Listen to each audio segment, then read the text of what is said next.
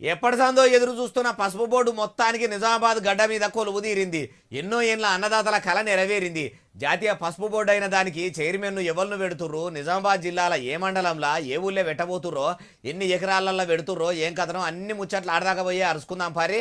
చలో నిజామాబాద్. నిజామాబాద్లో పసుపు బోర్డు కోసము ఏండ్లకేండ్లు ఎదురు చూడంగా మొత్తానికి సెంట్రల్ సర్కారు జాతీయ పసుపు బోర్డును మంజూరు చేసింది.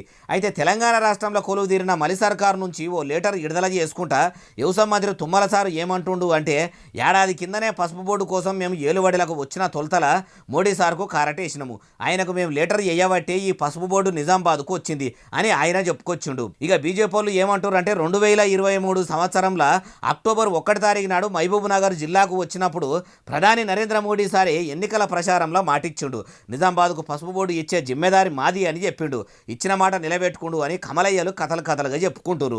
ఇక బీఆర్ఎస్ వాళ్ళు కూడా మా కష్టం ఉన్నదని వాళ్ళు ముచ్చట చెప్తున్నారు. ఇట్లా మంజూరైన బోర్డు గురించి ఎవలకు వాళ్ళు మేం చెమటదార పోసినామంటే మేం చెమట చిందించినామని అంటుర్రు. ఇక కేంద్ర మంత్రి పీయూష్ గోయల్ సారు ఢిల్లీ నుంచి వీడియో కాన్ఫరెన్స్ లో ఉండి కట్కొత్తి బోర్డును కొలాయించిండు. మరి దానికి చైర్మన్ ఎవరు పెట్టిర్రంటే, నిజామాబాద్ జిల్లా ఆర్మూరు మండలం అంకాపూర్లో ఉండే కమలం పువ్వు పార్టీ లీడరు పల్లె గంగారెడ్డిది.